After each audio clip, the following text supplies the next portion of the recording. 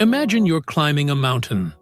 At first, every step feels clear and intentional, with a destination in sight. But gradually, the fog rolls in, and you start to lose track of where you're going, even what you came here for. Now, think of greed as that fog. It seeps in quietly, often without our realization, subtly shifting our intentions, clouding our judgment, and before we know it, we're climbing without direction, just accumulating and acquiring.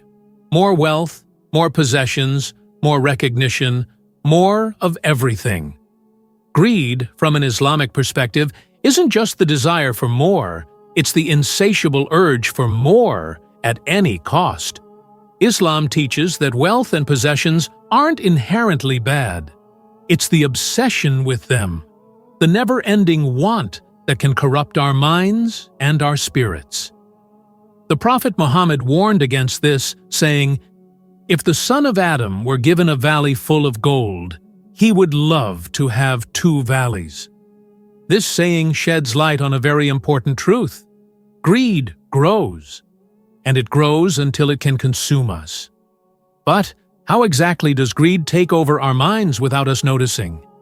Greed can be deceiving. At first, it may just look like ambition or healthy striving. But there's a difference. Ambition has a purpose. Greed is endless. Imagine being in a situation where you receive a promotion or an extra source of income. At first, you're grateful. You give thanks to Allah, and you see it as a blessing. But soon, the excitement fades. You begin to want more. And here's where greed begins to quietly take over, almost as if it's camouflaging itself. You begin to think, if I just earn a bit more, then I'll be satisfied. But will you? What happens is that our thoughts shift focus. We start viewing people, time, and even relationships as tools to further our own gain. Slowly, the idea of enough fades. In Islam, this restlessness of the soul is known as tama, or covetousness, a desire that doesn't align with what is halal and pure. Allah cautions us about this in the Quran. "And you love wealth with an immense love." Surah Al-Fajr 89:20. Islam helps us see that unchecked greed can distort our judgment, leading us down paths that harm both us and those around us. The first step to overcoming anything is to recognize its presence. The Prophet Muhammad has given us guidance to discern when greed is present within us. He said, "Beware of greed, for it was greed that destroyed those before you." These words remind us to look inward, to ask ourselves questions. Is my pursuit of wealth affecting my ability to be kind? Am I sacrificing relationships, integrity, or time with Allah for the sake of gaining more?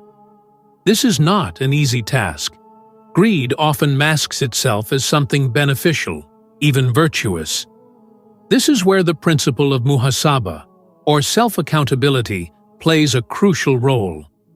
Every night, Islam encourages us to reflect.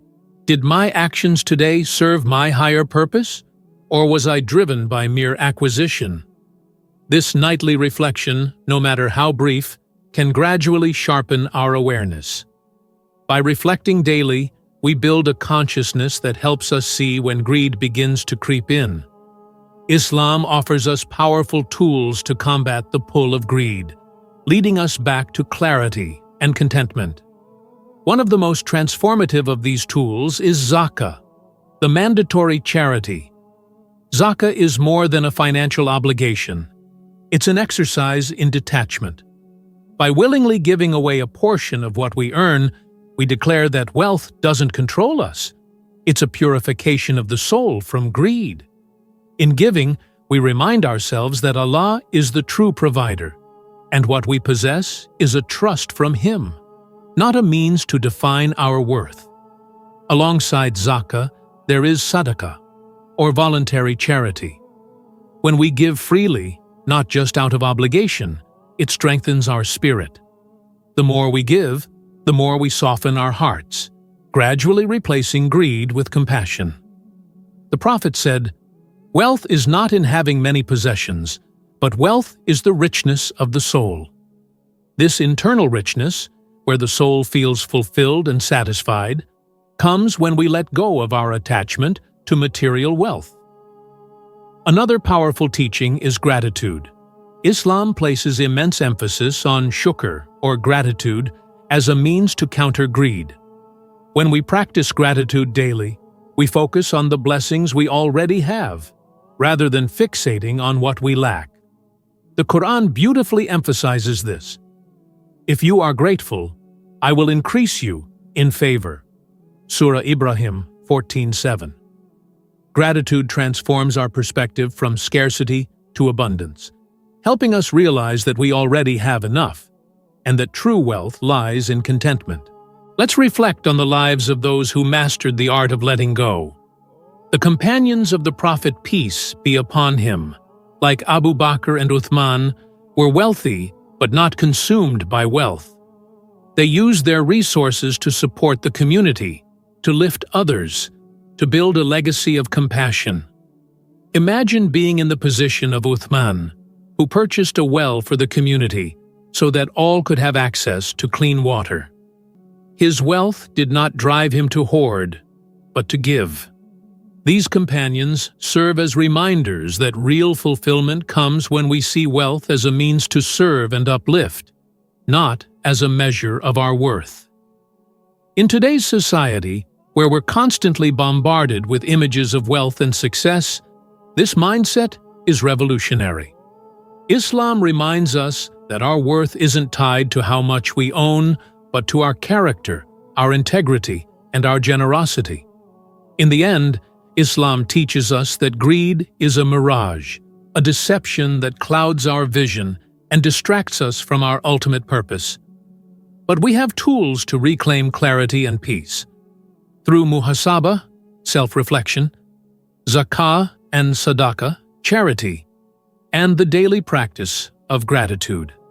These are our compass points, guiding us back to our fitrah, the natural state of balance and contentment that Allah designed for us. So, as you go about your life, building, working, earning, pause from time to time. Check in with your heart. Ask yourself if you're still on the right path, or if that subtle fog has started to settle in. Remember that Islam doesn't call us to reject wealth, but to manage it with a generous, grateful, and balanced heart. May Allah protect us from the traps of greed and grant us the wisdom to recognize it, the strength to overcome it, and the generosity to give freely. Ameen. If you're enjoying our content and want to see more, don't forget to hit that subscribe button and like this video. Your support helps us grow and reach more people. Also, if you'd like to help us produce even more frequent and high-quality content, consider contributing to us on Patreon. Every little bit helps, and it means the world to us. So, share with your friends, and let's keep this journey going together. Thanks for all your support.